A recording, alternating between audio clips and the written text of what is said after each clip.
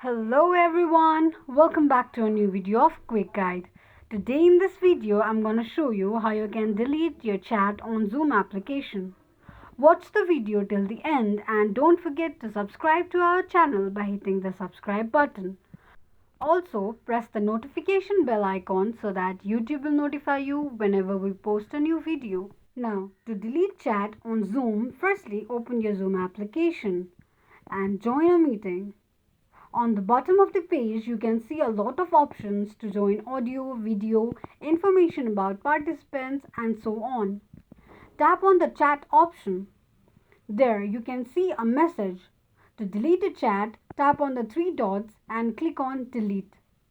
Confirm deleting the chat by tapping on delete.